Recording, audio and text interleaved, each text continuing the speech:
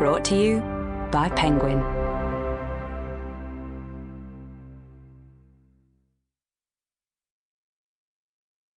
Fearless and Free by Josephine Baker. Read by Quentin Bruno and Jade Wheeler, with an introduction written and read by Ijeoma Oluo. Forward by Ijeoma Oluo. We didn't even mean to go to Paris. I had been invited to speak at a conference in Hamburg in 2021. I was excited about my talk and the opportunity to visit Germany for the first time. My partner and my teenage son were excited to go along with me. We were packed and ready. Time had been taken off from work and school when suddenly, the day before we were supposed to leave, the speaking engagement was off.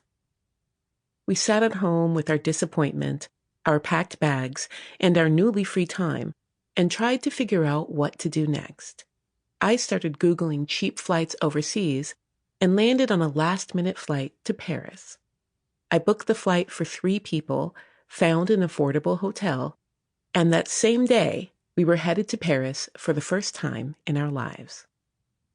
I had expected a fun 4 days of exploring a new city. We would see the Eiffel Tower. We would eat a lot of croissants and cheese.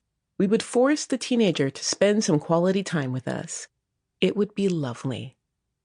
Then we would return home, and life would go back to normal. But the unexpected way we had even found ourselves in Paris should have let me know that things don't always go according to plan. First of all, the teenager refused to spend any quality time with us without acting like he was being punished. Though I guess we should have been prepared for that. Taking a teenager on vacation is a lot like trying to take a cat on vacation. But my partner and I were not prepared for just how much at home we would feel in Paris. Not at home, as in how we felt in Seattle, where our actual home is, but feeling a sense of home we had never felt in our actual hometown. We felt safe in a way we never had felt as Black people in the United States. As we walked down unfamiliar streets, there was a distinct unremarkableness to our presence that was itself remarkable. Nobody stared. Nobody crossed the street to avoid us. Our presence in a room did not seem to alter the atmosphere in any discernible way. Police walked by us like we were people and not threats. Store clerks treated us like we were customers who had likely entered their establishment to spend money, instead of inconveniences to ignore or possible thieves to actively surveil. Further, there was evidence not only that we were not targeted or unwanted, but that as Black artists, I as a writer and my partner as a musician, we were valued. And we were certainly not the first Black creatives to find a sense of safety and belonging in Paris.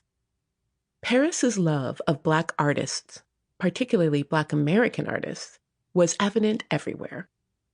Walking through the city, you can see the love for James Baldwin, for Nina Simone, for Jean-Michel Basquiat, and you'll find the love especially for Josephine Baker.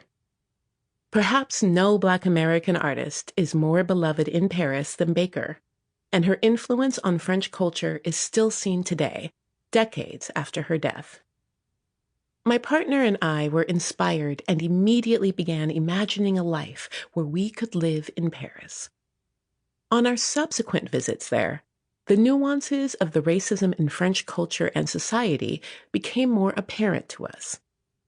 It became clear that even if we were not the primary targets of French racism and colonialism, these aspects were still present in France and still impacted the lives of millions of people of color, especially people of Arab and North African descent, in devastating ways.